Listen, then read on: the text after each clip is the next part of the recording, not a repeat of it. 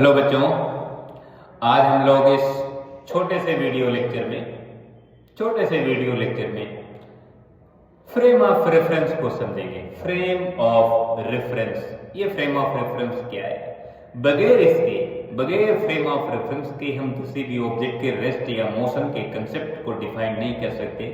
हम बॉडी के रेस्ट या मोशन की कंडीशन को डिफाइन नहीं कर सकते हैं। ये नहीं बता सकते कि ऑब्जेक्ट रेस्ट पर है या मोशन पर है। अगर मोशन पर है तो इसकी वेलोसिटी क्या है, डायरेक्शन क्या है, मैग्नीट्यूड क्या है, स्पीड क्या है, कितनी डिस्टेंस है, कितना डिस्प्लेसमेंट है, एक्सेलरेशन क्या है, मोमेंटम क्या है, इन सभी पैरामीटर को डिफाइन नहीं कर सकते। तो मोशन को डिफाइन करने के लिए, पार्टिकल के मोशन या पार्टिकल के रेस्ट को डिफाइन करने के लिए, एक्सप्लेन करने के लिए, एनालिसिस करने के लिए हमें उस पार्टिकल के फ्रेम ऑफ रेफरेंस को समझना ही चाहिए।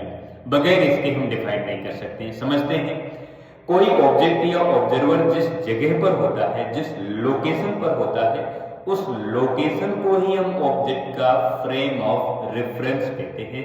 सपोज दैट कोई पैसेंजर बस पर बैठा हुआ है, बस रेस्ट पर है या मोशन पर है। अगर मोशन पर है तो किसी भी टाइप का मोशन कर रही है, या उस मोशन की डायरेक्शन कुछ भी हो सकती है, मैग्नीट्यूड, वेलोसिटी का मैग्नीट्यूड कुछ भी हो सकता है। लेकिन जो पैसेंजर बस के अंदर बैठे हुए हैं, उन सभी पैसेंजर का फ्रेम ऑफ रेफरेंस बस है।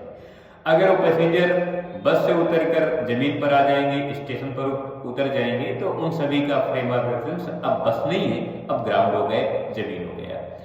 तो कोई भी ऑब्जेक्ट या ऑब्जर्वर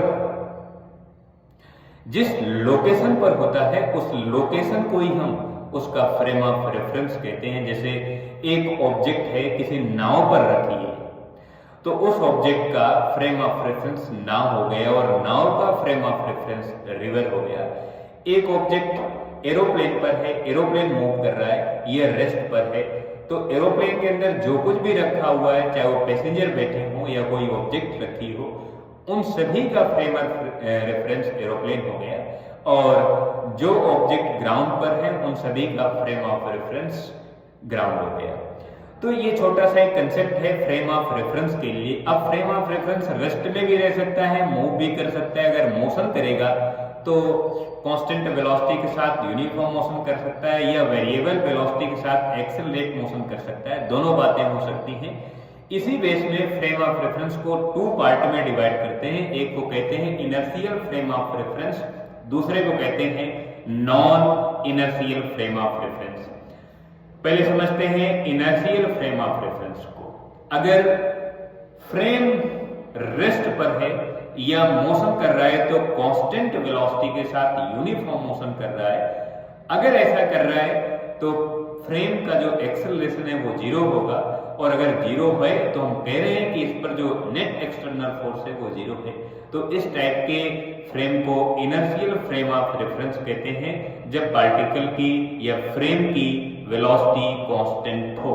अगर रेस्ट पर है फ्रेम तो भी वेलोसिटी उसकी कांस्टेंट है, और अगर यूनिफॉर्म मोशन कर रहा है तो भी उसकी वेलोसिटी कांस्टेंट है। इन दोनों सिचुएशन पर dv/dt यानी एक्सेलरेशन की वैल्यू जीरो है, नेट एक्सटर्नल फोर्स जीरो है, और इस टाइप के फ्रेम को हम कहते हैं इनर्शियल फ्रेम ऑफ रेफरेंस कहते हैं। न्यूटन की सभी एप्लीकेशन केवल इनर्शियल फ्रेम ऑफ रेफरेंस के लिए वैलिड है। Non inertial frame of reference के लिए न्यूटन की कोई भी एप्लीकेशन वैलिड नहीं है। अब समझते हैं non inertial frame of reference. अगर फ्रेम वेरिएबल वेलोसिटी के साथ मूव कर रहा है तो उसका एक्सेलरेशन जीरो नहीं होगा, बिकॉज वेलोसिटी वेरिएबल है, और नेट एक्सटर्नल फोर्स जीरो नहीं होगा, बिकॉज एक्सेलरेशन जीरो नहीं है, क्योंकि वेलोसिटी चेंज हो रही है। और अगर कोई फ्रेम वेरिएबल वेलोसिटी के साथ मूव कर रहा है, वो किसी भी डायरेक्शन पर मूव करे, और अगर ऐसा कर रहा है, वेरिएबल वेलोसिटी के साथ कोई फ्रेम मूव कर रहा है, तो इस टाइप के फ्रेम को non inertial frame of reference कहते हैं। अगर वेलोसिटी कांस्टेंट है फ्रेम की तो इनर्शियल फ्रेम ऑफ रेफरेंस, अगर वेरिएबल है तो non inertial frame of reference कहते हैं। ये फ्रेम ऑफ रेफरेंस का एक छोटा सा कंसेप्ट है। अब हम समझते हैं फ्रेम ऑफ रेफरेंस के बेस पर किसी भी ऑब्जेक्ट के रेस्ट या मोशन के कंसेप्ट को कैसे समझ पाते हैं। मान के चलें कि एक ऑब्जर्वर है, वो किसी कार के अंदर बैठा हुआ है, और कार ईस्ट डायरेक्शन पर प्लस एक्स डायरेक्शन पर 100 मीटर पर सेकंड की वेलोसिटी के साथ मूव कर रही है। एक दूसरा ऑब्जर्वर है जो ग्राउंड पर है, जमीन पर है, और दोनों ऑब्जर्वर, जो एक कार पर बैठा हुआ है, कार मूव कर रही है, दूसरा ऑब्जर्वर ग्राउंड पर खड़ा हुआ है। ये दोनों ऑब्जर्वर, मान के चले इन दोनों को थोड़ा सा न्यूटन्स की एप्लीकेशन मोशन के बारे में थोड़ी बहुत जानकारी है। ये दोनों ऑब्जर्वर किसी ऑब्जेक्ट को सीन कर रहे हैं, वो ऑब्जेक्ट पेड़ मान लेते हैं। अब दोनों ऑब्जर्वर पेड़ को देख रहे हैं, तो जो कार वाला ऑब्जर्वर है उसका जो ऑब्जर्वेशन है, उसके ऑब्जर्वेशन के हिसाब से पेड़ -x डायरेक्शन पर 100 मीटर पर सेकंड की वेलोसिटी के साथ मूव करेगा, लेकिन जो ग्राउंड वाला ऑब्जर्वर है उसके लिए पेड़ रेस्ट पर है। अब पेड़ एक है क्योंकि दो ऑब्जर्वर हैं, दोनों अलग अलग फ्रेम ऑफ रेफरेंस पर हैं, एक मूविंग कार पर है, एक ग्राउंड पर है, तो दोनों ऑब्जर्वर के लिए किसी ऑब्जेक्ट का जो रेस्ट और मोशन है वो अलग अलग है।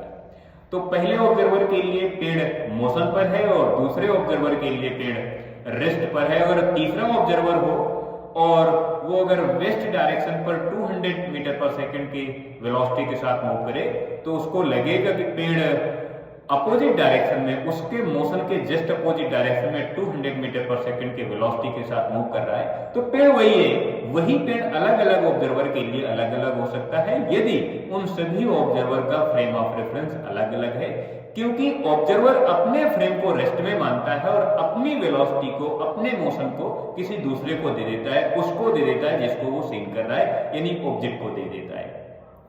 अब जो ऑब्जेक्ट कार पर बैठा हुआ है और ईस्ट डायरेक्शन पर मूव कर रहा है, प्लस एक्स डायरेक्शन पर मूव कर रहा है, 100 मीटर पर सेकंड की वेलोसिटी के साथ मूव कर रहा है, वो अपने आप को, अपने फ्रेम को तो रेस्ट में महसूस करता है, अपने फ्रेम को रेस्ट में देखता है और अपने फ्रेम की वेलोसिटी को पेड़ को दे देता है जस्ट अपोजिट डायरेक्शन पर। तो उसको ये महसूस होता है, उसको ये फील होता है कि पेड़ ये -x डायरेक्शन पर 100 मीटर पर सेकंड की वेलोसिटी के साथ मूव कर रहा है।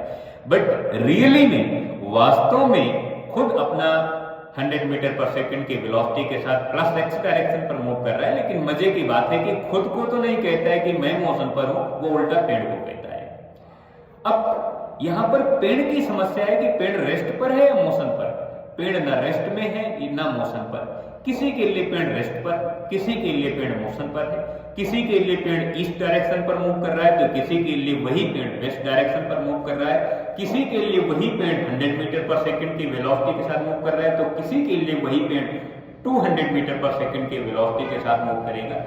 ये डिपेंड करता है कि कौन ऑब्जर्वर है और वो ऑब्जर्वर कहां से, किस फ्रेम ऑफ रेफरेंस से उस ऑब्जेक्ट को सीन कर रहा है, और जहां पर है वो, जिस फ्रेम ऑफ रेफरेंस पर वो ऑब्जर्वर है, उस फ्रेम की वेलोसिटी कितनी है और किस डायरेक्शन पर वो फ्रेम मूव कर रहा है, उसका एक्सेलरेशन कितना है, वो इनर्शियल फ्रेम ऑफ रेफरेंस है या non inertial frame of reference है।